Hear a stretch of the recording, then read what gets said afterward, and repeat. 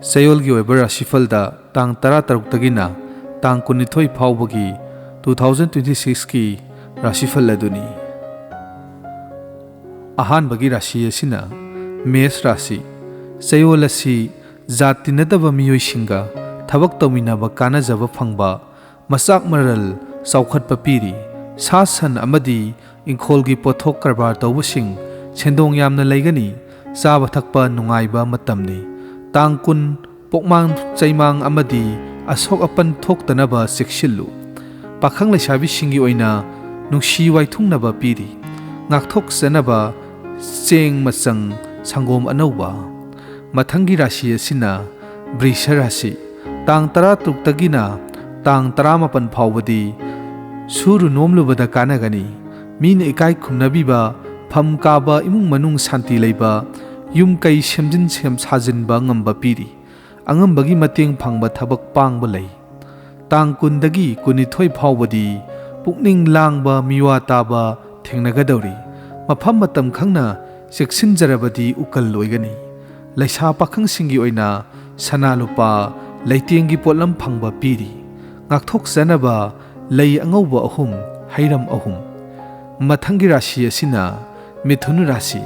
Chayol asi mi tinabada pangde mangda ama tungda ama tauba arembada sel chatkadauri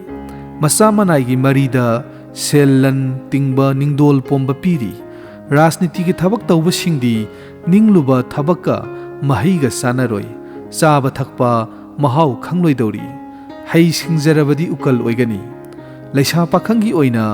miwa lobadagi khara muknagadauri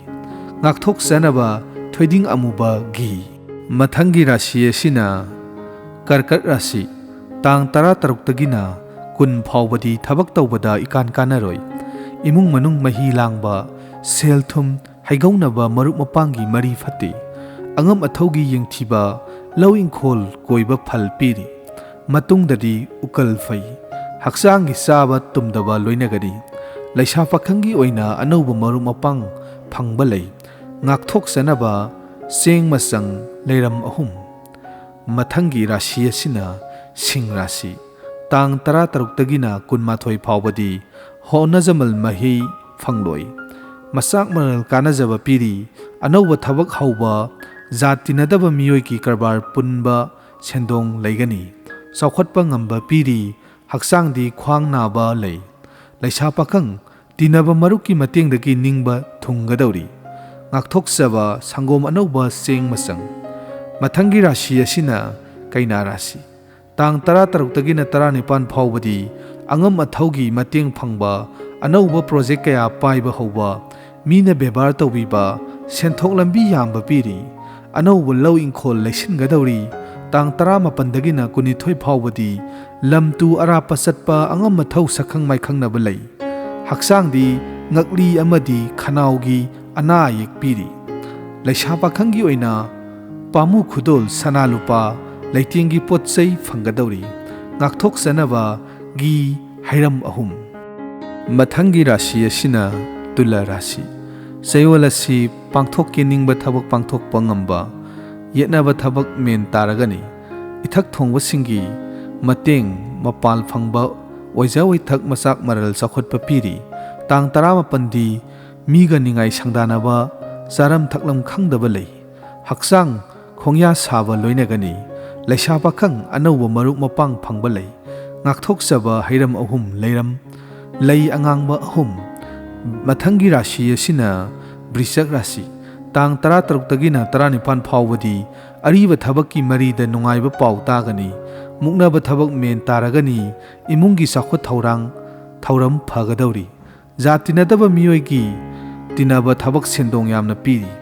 senjau kharadi paiba piri haksang phagatchaba lei tang 18 dagina 12 phawbadi kanajaba oijawi thak thengnagadori pakhang leisabi nungsi panthung yoba lei ngakthok saba hairam ahum thoiding amuba